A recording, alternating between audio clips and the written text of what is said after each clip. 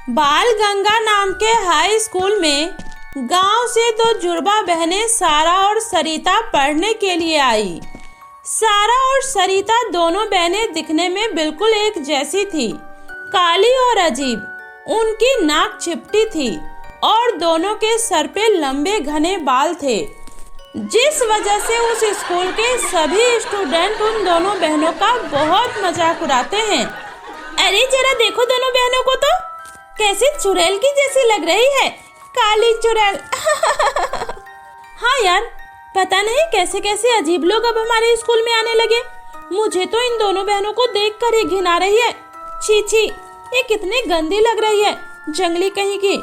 Class की सभी लड़कियां दोनों बहनों का बहुत मजाक उड़ाती है, लेकिन वे दोनों बहनें किसी की बातों का कोई जवाब नहीं देती और दोनों मुस्कुराते हुए चुपचाप पीछे जाकर बैठ जाती है।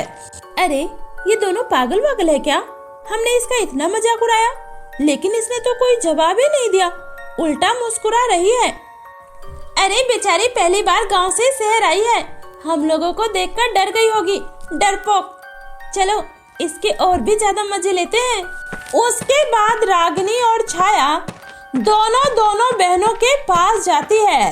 रागिनी जैसे ही उसके बाल को पकड़कर खींचने वाली होती है, उसे बिजली का जोरदार झटका लगता है और वो दूर जा गिरती है। आह नहीं, ये कैसे हो सकता है? नहीं। उसके बाद रागिनी डर के मारे अपनी सीट पर जाकर चुपचाप बैठ जाती है। उसके बाद छाया बहनों के पास जाती है और उसका बैग उठाकर फेंकने लगती है। तभी अचानक से छाया के हाथ में सांप आ जाता है और वो भी जोर जोर से चिल्लाने लगती है। आह, सांप, बचाओ, कोई मुझे इस सांप से बचाओ, सांप।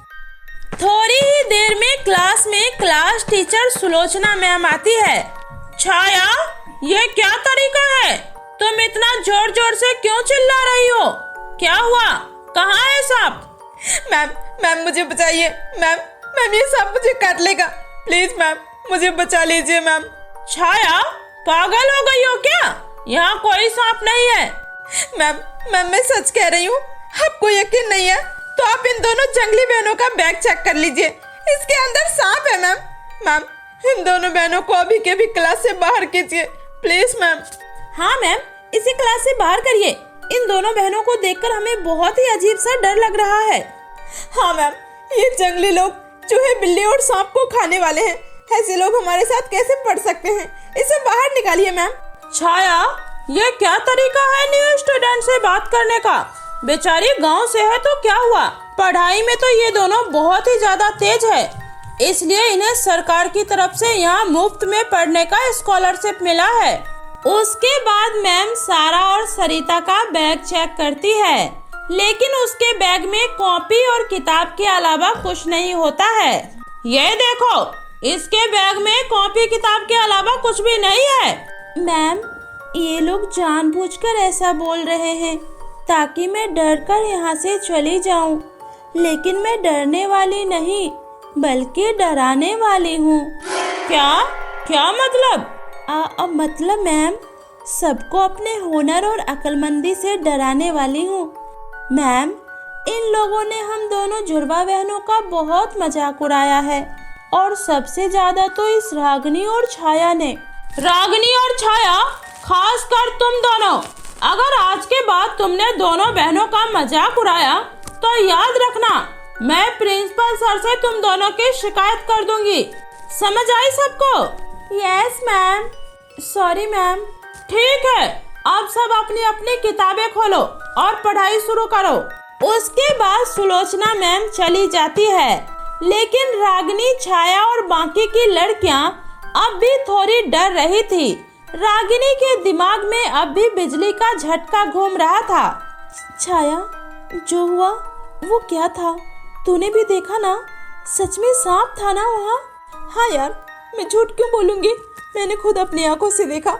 लंबा सा बहुत ही डरावना सांप था और फिर अचानक से एकदम से सब कुछ गायब हो गया।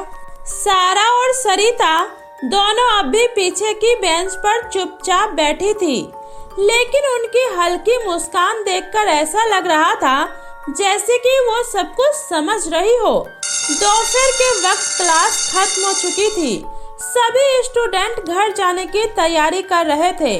तभी सारा और सरिता धीरे धीरे स्कूल के पीछे वाले बगीचे की तरफ चली जाती है और रागिनी और छाया दोनों उन्हें जाते हुए देख लेती है और दोनों एक दूसरे को इशारा करती है।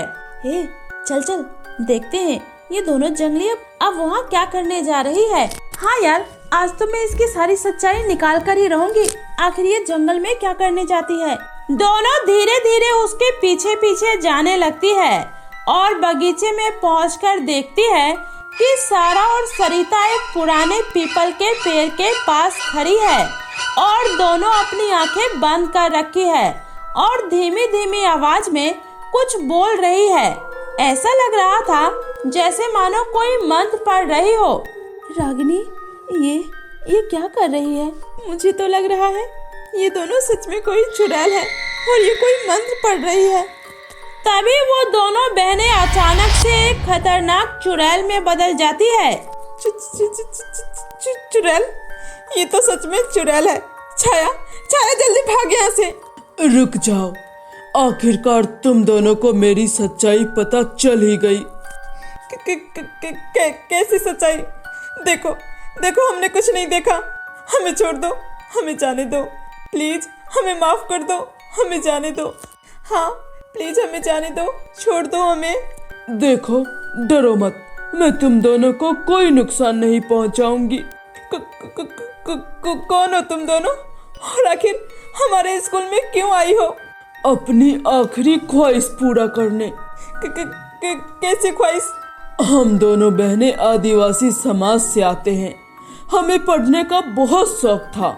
हम बचपन से ही पढ़ाई में बहुत अच्छे थे, जिस वजह से हमें शहर के सबसे अच्छे स्कूल में फ्री में एडमिशन भी मिल गया था। लेकिन हमारी किस्मत इतनी भी अच्छी नहीं थी। जिस दिन हमें शहर आना था उसी दिन हमारे गांव में बहुत ही भयानक हादसा हुआ। वो रात अमावस्या की काली रात थी। पूरा गांव अंधेरे में डूबा हुआ था। हमारे पिताजी जंगल से लौट रहे थे।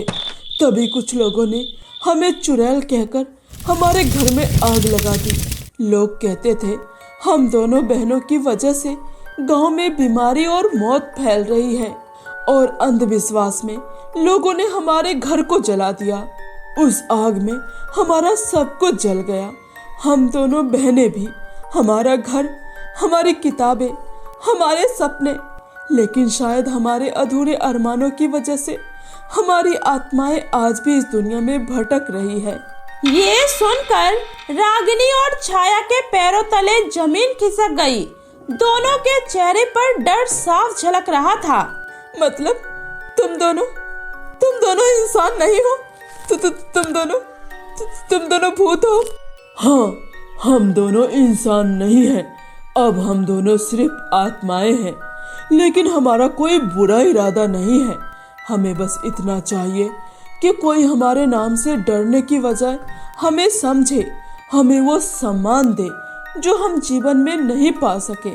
ये सुनकर रागिनी और छाया की आंखों से आंसू निकल जाता है। हमें माफ कर दो, हमने तुम्हारा बहुत मजाक उड़ाया, तुम्हें बहुत भला बुरा कहा। हमें नहीं पता था कि तुम्हारी कहानी इतनी दर्दनाक है। डरना मत, हम किसी को नुकसान नहीं पहुंचाना चाहते।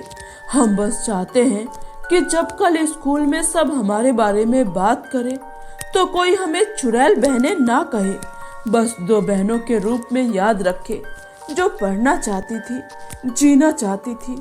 इतना बोलकर दोनों बहनें मुस्कुराई और धीरे धीरे अचानक से वो उस पीपल के पेड़ के अंदर समा गई।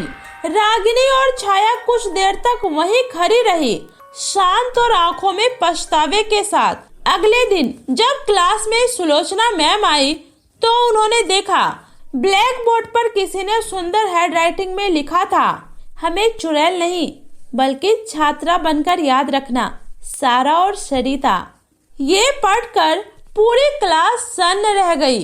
किसी ने नहीं जाना कि वो लेख किसने लिखा था, लेकिन उस दिन के बाद से बाल गंगा स्कूल में किसी ने किसी का मजाक नहीं उड़ाया, बल्कि हर साल स्कूल के गार्डन में 2 गुलाब के पौधे लगाए गए, एक सारा के नाम पर और दूसरा सरिता के नाम पर, ताकि सबको दोनों बहनें याद रह सके। कभी कभी जिन्हें लोग चुड़ैल समझते हैं, दरअसल वो फरिश्ते होते हैं, बस उनकी कहानी कोई नहीं सुनता।